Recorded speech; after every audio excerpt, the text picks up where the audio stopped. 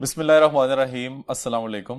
I am Mohammad फौद Malik और आज का हमारा आर्टिकल है सिंपल पेंडुलम। स्टूडेंट्स, जिस तरह प्रीवियस लेक्चर में हमने हॉरिजॉन्टल मैस स्प्रिंग सिस्टम के लिए सिंपल हार्मोनिक मोशन के रिलेशंस को डिस्क्राइब किया था, यहां पे भी हमने सिंपल हार्मोनिक मोशन के रिलेशंस को पर्टिकुलरली सिंपल पेंडुलम के लिए डिस्क्राइब करना है। तो आइए देखते हैं। जी स्टूडेंट्स, तो ये है हमारे पास एक सिंपल पेंडुलम। अब सिंपल पेंडुलम क्या चीज होती है, तो इसको हम सबसे पहले डेफिनेशन से डिस्क्राइब करते हैं।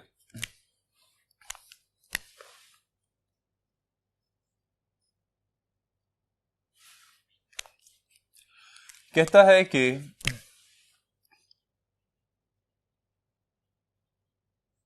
अ simple pendulum consists of a small heavy mass suspended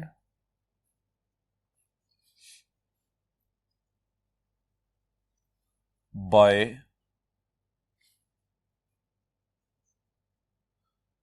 a light string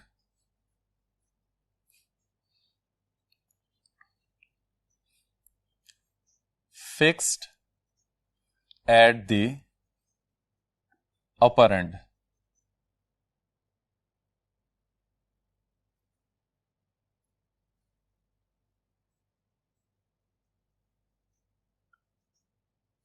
ठीक है स्टूडेंट्स, तो ये हमारे पास सिंपल पेंडुलम की डेफिनेशन आ जाती है। अब हम डिस्क्राइब करेंगे कि आइडियल सिंपल पेंडुलम क्या होता है।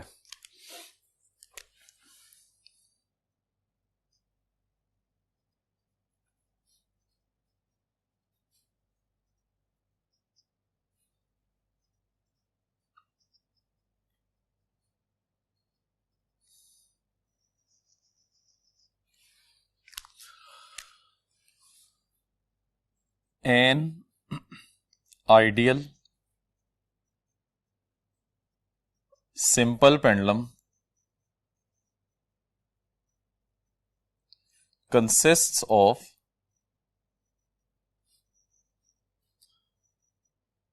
a point mass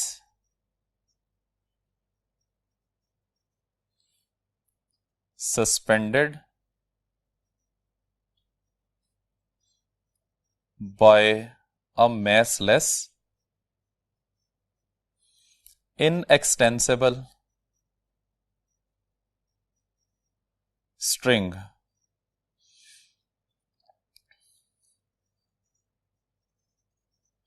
fixed at a rigid and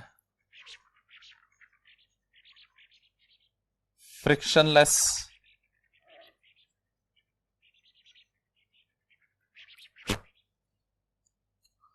support। ठीक है स्टूडेंट्स, तो आइडियल सिंपल पेंडुलम एक ऐसा पेंडुलम होता है जिसको हम रियल लाइफ में बना नहीं सकते या उसकी एग्जिस्टेंस नहीं की जा सकती। उसकी वजह क्या है? एक तो इसमें हमें पॉइंट मैस यूज करना होता है, एक ऐसा मैस जो कि बहुत ही छोटा होता है और इसकी वैल्यू ज्यादा होती है।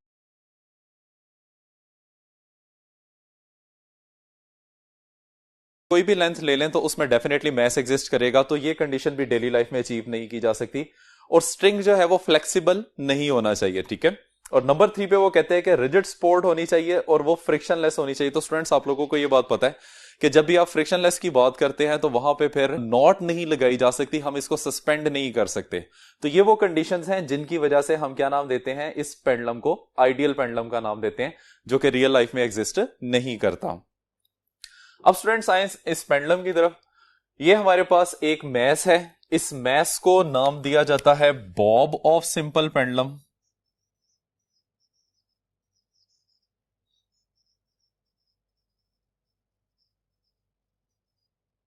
और इसका मैस जो है सपोज कर लें दैट इज एम। हमने इसको जिस थ्रेड से हैंग किया हुआ है उसकी लेंथ जो है वो from the point of suspension to the centre of gravity of the bob होती है। ठीक है, तो इस तरह से नहीं करना कि यहां आप हुक से जो है इसकी लेंथ को मेजर करना शुरू कर दें और इस बॉब के सरफेस तक लें, तो इसमें रेडियस ऑफ द बॉब भी इंक्लूड होता है, ठीक है। अब वो कहता है कि अगर इस सिस्टम को हम इसकी मीन पोजीशन से डिस्प्लेस करके किसी सर्टेन एक्सट्रीम पोजीशन के ऊपर ले जाके वहां से रिलीज करते हैं, तो रिलीज करने के बाद ये सिंपल हार्मोनिक मोशन परफॉर्म करना शुरू कर देगा। अब स्टूडेंट्स इसमें अगर हम देखें तो इनिशियली जब बॉब रेस्ट पोजीशन में है, तो रेस्ट पोजीशन में इसके ऊपर दो फोर्सेस एक्ट कर रही हैं। एक फोर्स तो डायरेक्टेड वर्टिकली डाउनवर्ड, जिसको हम क्या नाम देते हैं, वेट ऑफ द बॉब का नाम देते हैं, ठीक है। और सेकेंडली स्ट्रिंग के अंदर वर्टिकली अपवर्ड, जिसको हम टेंशन का नाम देते हैं। इनिशियली चूंकि सिस्टम इक्विलिब्रियम में होता है, इस वजह से ये दोनों फोर्सेस एक दूसरे के इक्वल होती हैं और हम कह सकते हैं कि मीन पोजीशन के ऊपर टेंशन और वेट दोनों एक दूसरे के इक्वल होते हैं। लेकिन जैसे ही आप इस बॉब को डिस्प्लेस करते हैं from its mean position at a certain angle theta, तो वो कहता है कि वेट तो वर्टिकली डाउनवर्ड ही एक्ट करता रहेगा और साथ में टेंशन वो भी along the string he act करती रहेगी। लेकिन अब ये दोनों स्ट्रेट लाइन में एग्जिस्ट नहीं करते। हम क्या करते हैं, हम वेट को उसके कंपोनेंट्स में रिजॉल्व कर लेते हैं। वेट को जब आप उसके कंपोनेंट्स में रिजॉल्व करेंगे, तो अगर ये वाला एंगल थीटा है, तो ये जो एंगल यहां पे बन रहा है दैट इज ऑल्सो थीटा। और यहां से अगर आप देखें तो थीटा के साथ वाली साइड हमेशा हॉरिजॉन्टल कंपोनेंट होती है, इसको हम wx लिख सकते हैं, which is equal to mg cos of theta. और थीटा के सामने वाली साइड उसको हम वर्टिकल कंपोनेंट कहते हैं, that is wy which is equal to mg sin of theta. अब स्टूडेंट्स अगर हम इस डायग्राम को गौर से देखते हैं तो हमें यह पता चलता है कि ये कंपोनेंट जिसको हमने wx या mg cos थीटा का नाम दिया है, ये टेंशन के एग्जैक्टली ऑपोजिट है। तो इस वजह से ये टेंशन की वैल्यू को बैलेंस कर देगा, ठीक है। इसका मतलब है हम ये कह सकते हैं कि horizontal component of the weight is balanced by the tension, ये टेंशन से बैलेंस हो जाता है। अब सिंगल यहां पे कंपोनेंट वेट का बचता है, that is the vertical component which is mg sin theta. और स्टूडेंट्स आप लोग देख सकते हैं कि इसकी डायरेक्शन जो है वो मीन पोजीशन की तरफ है। तो इसका मतलब यह हो गया कि सिंगल फोर्स जो कि सिस्टम में एग्जिस्ट करती है, जो कि सिस्टम को दोबारा उसकी मीन पोजीशन की तरफ लाने की कोशिश करती है, वो कौन सा कंपोनेंट है, वेट का y वाला कंपोनेंट, जिसको हम mg sin थीटा का नाम देते हैं। और वो फोर्स जो कि सिस्टम को दोबारा उसकी मीन पोजीशन पे लाने की कोशिश करती है, उसको हम क्या नाम देते हैं, रीस्टोरिंग फोर्स का नाम देते हैं। तो स्टूडेंट्स यहां पे mg sin थीटा जो है रीस्टोरिंग फोर्स को रिप्रेजेंट करेगा, ठीक है। तो हम इसको डिस्क्राइब कर सकते हैं as restoring force. Restoring force को स्टूडेंट एफ आर से रिप्रेजेंट किया जाता है और इसकी वैल्यू अप्लाइड फोर्स में मैग्नीट्यूड के इक्वल, जबकि डायरेक्शन में ऑपोजिट होती है। और ऑपोजिट डायरेक्शन की वजह से हम यहां पे नेगेटिव साइन लगा देंगे, तो ये बन जाएगा mg साइन ऑफ थीटा। उसके बाद वो कहता है कि from second law of motion, F की वैल्यू किसके इक्वल होती है, एम ए के इक्वल होती है। इसको आप नाम दे दें इक्वेशन नंबर 1 का, इसको आप नाम दे दें इक्वेशन नंबर 2। इन दोनों इक्वेशंस को कंपेयर करेंगे फ्रॉम 1 एंड 2, ये वैल्यू आ जाएगी M A is equal to minus M G sine of theta. M की वैल्यू दोनों साइड से कैंसिल हो जाएगी और ए की वैल्यू आ जाएगी minus G sine of theta. अब स्टूडेंट्स यहां पे हमने एक कंडीशन यूज करनी है जिसमें हम कहेंगे कि थीटा की वैल्यू जो है वो बहुत स्मॉल है। So when theta approach to 0, then sine of theta is approximately equal to theta, implies that हम एक्सेलरेशन की वैल्यू को लिख सकते हैं minus G times of theta. This is equation number 3। अब स्टूडेंट जब आप थीटा की वैल्यू को बहुत स्मॉल करते हैं तो आए डायग्राम में दोबारा देखते हैं, हमारे पास दो डिस्टेंसेस हैं। एक तो एक्सट्रीम पोजीशन से मीन पोजीशन तक ये कर्व डिस्टेंस नजर आ रहा है जिसको हम रिप्रेजेंट कर देते हैं, if A is this mean position and B is the extreme position, तो ये ए बी एक कर्व पाथ बन जाएगा। लेकिन अगर हम B से A तक एक स्ट्रेट पाथ डिस्क्राइब करते हैं तो यहां पे ये पोजीशन इसकी बन रही है, ठीक है। इस डिस्टेंस को हम नाम दे देते हैं x का। लेकिन जब आप थीटा की स्मॉलर वैल्यू यूज करेंगे तो स्मॉलर वैल्यू यूज करने से ये दोनों values A B curve path और ए बी स्ट्रेट लाइन ये दोनों एक दूसरे के इक्वल आ जाते हैं। तो उसके लिए हम रिलेशन डिस्क्राइब करेंगे, कहता है कि as theta is equal to S over R. अब स्टूडेंट्स यहां पे थीटा यही एंगल आ जाएगा। एस क्या चीज है? This is arc length. Arc length कौन सी है? ए से बी तक। तो हम यहां पे लिख लेते हैं this is A B arc divided by R क्या चीज होती है? ये उस सर्कल का रेडियस होता है जिसमें ऑब्जेक्ट मूव कर रहा है। अब अगर हम यहां पे देखते हैं तो this is the centre of the circle जिसमें हमारा सिंपल पेंडुलम मूव कर रहा है। और इसका फिर रेडियस किसके इक्वल आ जाएगा? Radius would be equal to the length of the simple pendulum. तो आर की जगह पे हम यहां पे एल प्लेस कर देंगे, ठीक है। अब जो हमने कंडीशन यूज की हुई है कि थीटा अप्रोच टू जीरो, इसको दोबारा यूज करेंगे। कहता है कि since theta is very much small, तो इसकी स्मॉल वैल्यू होने की वजह से A B arc is equal to straight distance X. अब स्टूडेंट्स ए बी की ये वैल्यू ऊपर वाले रिलेशन में पुट करेंगे तो हमारे पास इसका रिजल्ट आ जाएगा theta is equal to X divided by L. इसको नाम दे देते हैं इक्वेशन नंबर 4 का। अब स्टूडेंट्स ये इक्वेशन नंबर 4 आपने इक्वेशन नंबर 3 में पुट करनी है, तो इसकी वजह से देखिए हमारे पास क्या रिजल्ट बनता है। पुटिंग 4 in 3, ये रिजल्ट बन जाएगा a is equal to minus G into X over L, और इसको अरेंज करके लिख सकते हैं तो इसकी शेप बन जाएगी g by L into x. इसको हम नाम देते हैं क्वेश्चन नंबर 5 का। अब स्टूडेंट्स हमें यह बात पता है कि सिंपल पेंडुलम की जो मोशन होती है दैट इज सिंपल हार्मोनिक। इस वजह से इसको हम सिंपल हार्मोनिक मोशन की इक्वेशन के साथ कंपेयर करते हैं, जो कि होती है a is equal to minus omega square X. इसको हम नाम दे देते हैं क्वेश्चन नंबर 6 का। अब यहां से हमें वैल्यू मिलेगी एंगुलर फ्रीक्वेंसी की।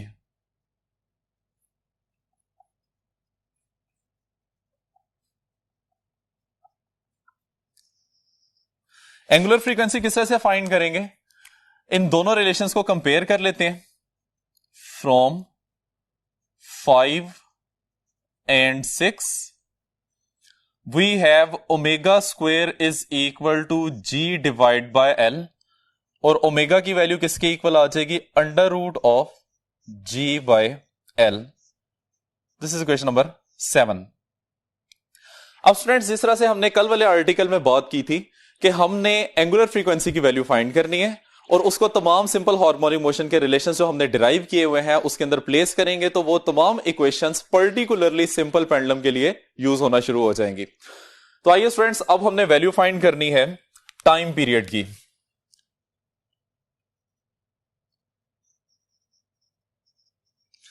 तो टाइम पीरियड का फॉर्मूला क्या होता है? टाइम पीरियड का फॉर्मूला होता है जी t is equal to 2 pi divided by omega.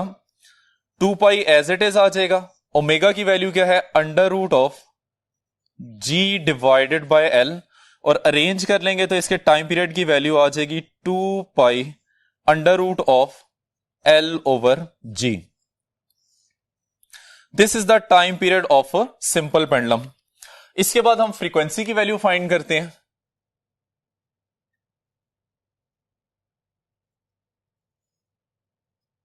तो फ्रीक्वेंसी स्टूडेंट्स हमें पता है कि रेसिप्रोकल ऑफ टाइम पीरियड है, या दूसरे तरीके से अगर हम इसका फॉर्मूला डिस्क्राइब करें तो this is omega divided by 2 pi. Omega की वैल्यू इसमें पुट करते हैं तो 1 ओवर 2 पाई तो एज इट इज आ जाएगा, under root of G divided by L. तो फ्रीक्वेंसी की वैल्यू आ जाएगी 1 over 2 pi under root of G by L.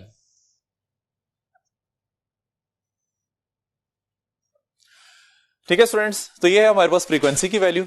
इसके साथ एक छोटा सा शॉर्ट क्वेश्चन आता है कि डिफाइन सेकंड पेंडुलम या what is second pendulum.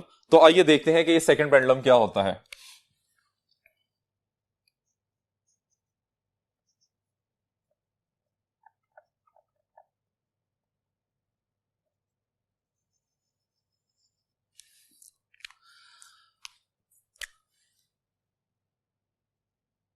A pendulum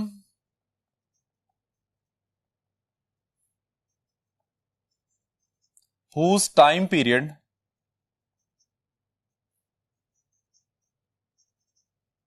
is 2 seconds is called second pendulum.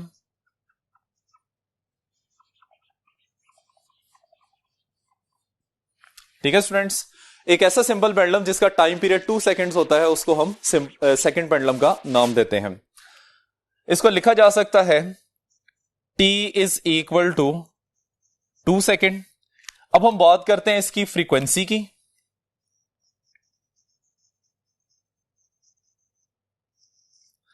तो स्टूडेंट्स हमें यह पता है कि फ्रीक्वेंसी टाइम पीरियड का रेसिप्रोकल होती है विच इज 1 डिवाइडेड बाय 2 और फ्रीक्वेंसी की वैल्यू आ जाएगी 0.5 हर्ट्ज। अब स्टूडेंट्स सेकंड पेंडुलम की लेंथ कितनी होती है वो कैलकुलेट करते हैं। आइए देखिए,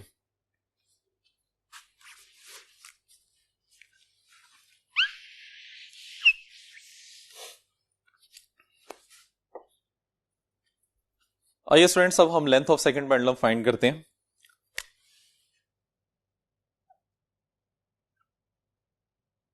लेंथ ऑफ सेकंड पेंडुलम,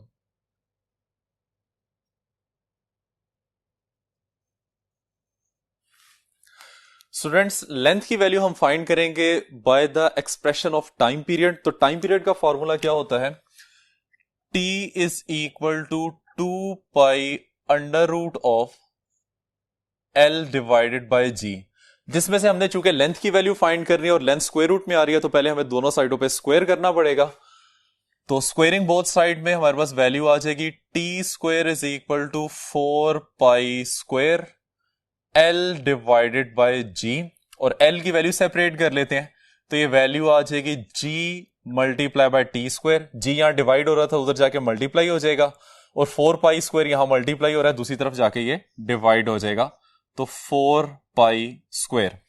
अब इसमें आपने टाइम की वैल्यू पुट करनी है 2 सेकेंड्स क्योंकि ये सेकंड पेंडुलम है। g की वैल्यू ऑन अर्थ होती है 9.8 मीटर पर सेकेंड स्क्वायर। ये वैल्यूज इसमें पुट करके सिंप्लीफाई करते हैं, ये बन जाएगा 9.8 into 2 square divided by 4 multiply by 3.14 whole square, और उसका आंसर बनता है 0.992 मीटर। या हम इसको लिख सकते हैं, अगर आप इसको सेंटीमीटर में लिखना चाहते हैं तो सेंटीमीटर में इसकी वैल्यू बन जाएगी L is equal to 99.2 centimetre. ठीक है स्टूडेंट्स, तो ये length of the second pendulum आ जाएगी। आइए अब हम कुछ पैरामीटर डिस्क्राइब करते हैं कि time period of simple pendulum किन किन पैरामीटर पे डिपेंड करता है।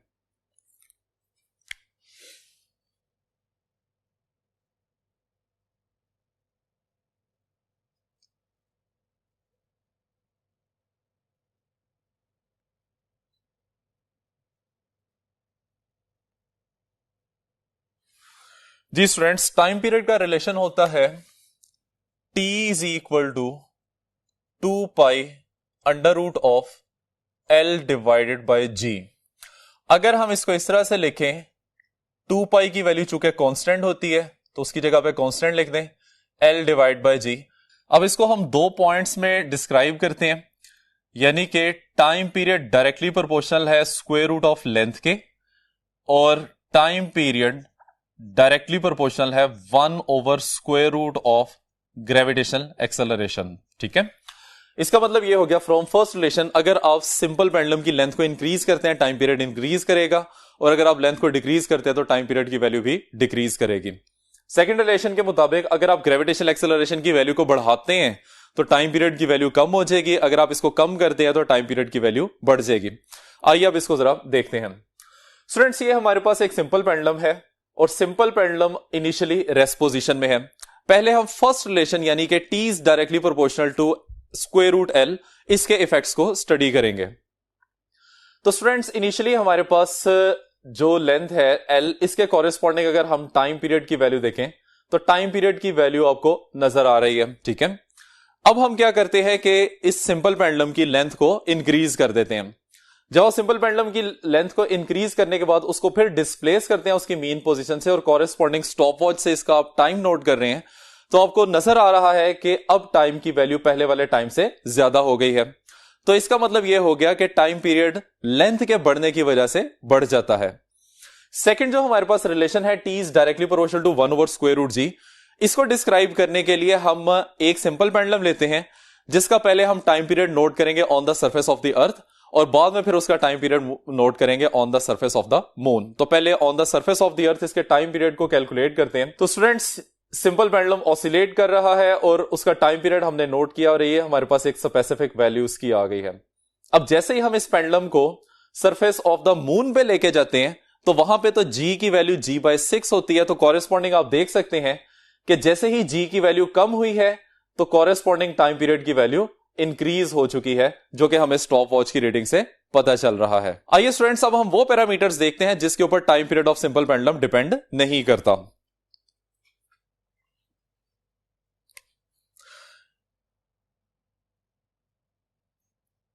Factors does not affect time period।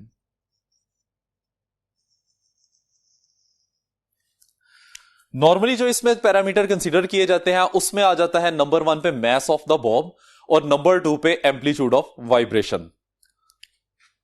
तो हम यहां लिख सकते हैं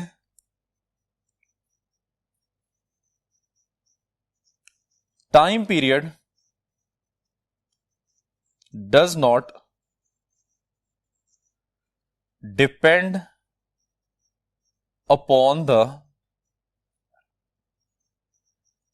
mass of bob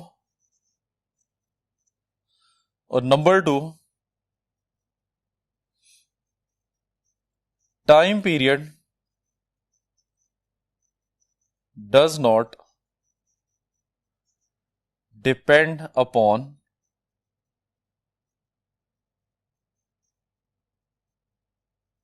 amplitude of vibration.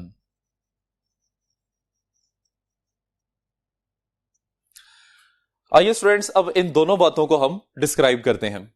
हमारे पास दो पेंडुलम है, दोनों इनिशियली रेस्ट पे हैं, सेम लेंथ है दोनों पेंडुलम्स की, लेकिन एक का बॉब जो है उसका मैस कम है जबकि दूसरे के बॉब का मैस ज्यादा है। दोनों को आप मीन पोजीशन से सेम डिस्टेंस के ऊपर या सेम एंगल के ऊपर डिस्प्लेस करके रिलीज करते हैं तो स्टॉप वॉच की रीडिंग आपको बता रही है कि दोनों का टाइम पीरियड सेम है, हालांकि दोनों के मैसेज जो आपने अटैच किए हुए हैं वो एक दूसरे से डिफरेंट है, जिससे हमें पता चलता है कि time period of simple pendulum does not depend upon the mass attach with the string. ठीक है, अब हम बात करते हैं एम्पलीट्यूड ऑफ वाइब्रेशन की। तो अब हमारे पास ये जो दो पेंडुलम्स हैं ये दोनों सेम लेंथ के हैं और इनके साथ अटैच्ड मैस की वैल्यू भी सेम है। हम दोनों को उनकी मीन पोजीशन से डिस्प्लेस करते हैं, एक को स्लाइटली लेस डिस्प्लेस करेंगे और एक को कुछ ज्यादा डिस्प्लेस करेंगे, और दोनों जब ऑसिलेट करना शुरू करते हैं तो इनकी रीडिंग स्टॉप वॉच से मेजर की जाती है। तो हमें यह पता चलता है कि दोनों की रीडिंग सेम आ रही है। इसका मतलब यह हो गया कि time period of simple pendulum does not depend upon the amplitude of vibration. Students, यहां तक है हमारा आज का आर्टिकल। उम्मीद की जाती है कि आपको सब कुछ